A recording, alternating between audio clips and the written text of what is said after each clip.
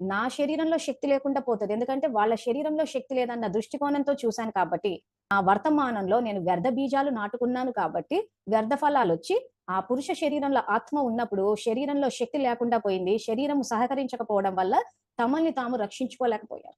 Same ఇదే logic ఆత్మ స్త్రీ శరీరంలో ఉన్నప్పుడు కూడా వర్తిస్తది. మేము బలహీనులము, అన్నయ్యలకు బలం ఎక్కువ, వాళ్ళు కొడితే తట్టుకోలేము. ఆ కొట్టినప్పుడు చాలా సందర్భాల్లో వీళ్ళెళ్లి కింద పడిపోవడాలు, గోడలకు కొట్టుకోవడము, లేదా జస్ట్ ఒక ఇలా చేయితో కొట్టినప్పుడు ఈ చెవికి తగిలినప్పుడు చెవికి దెబ్బ తగలడము, ఈ దవడలు ఇదైపోవడము, ఇలా రకరకాలుగా అక్కడ డ్యామేజ్ జరిగేసరికి ఏమైపోయిందంటే, అమ్మో! వాళ్ళకి బలం ఎక్కువ.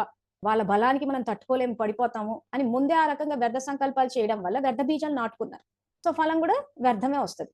అలా కాకుండా ఆత్మ అన్న స్థితిలో ఉండి, ఈ జ్ఞానాన్ని తెలుసుకుని, నేను శక్తి స్వరూపాన్ని, వీళ్ళు నా ఆత్మిక సోదరులు, దివ్యాత్మలు అన్న దృష్టికోణంతో చూసి ఉండి ఉంటే, ఆత్మ స్త్రీ శరీరంలో ఉన్నప్పుడు హింస అన్నది జరగకపోయి ఉండేది.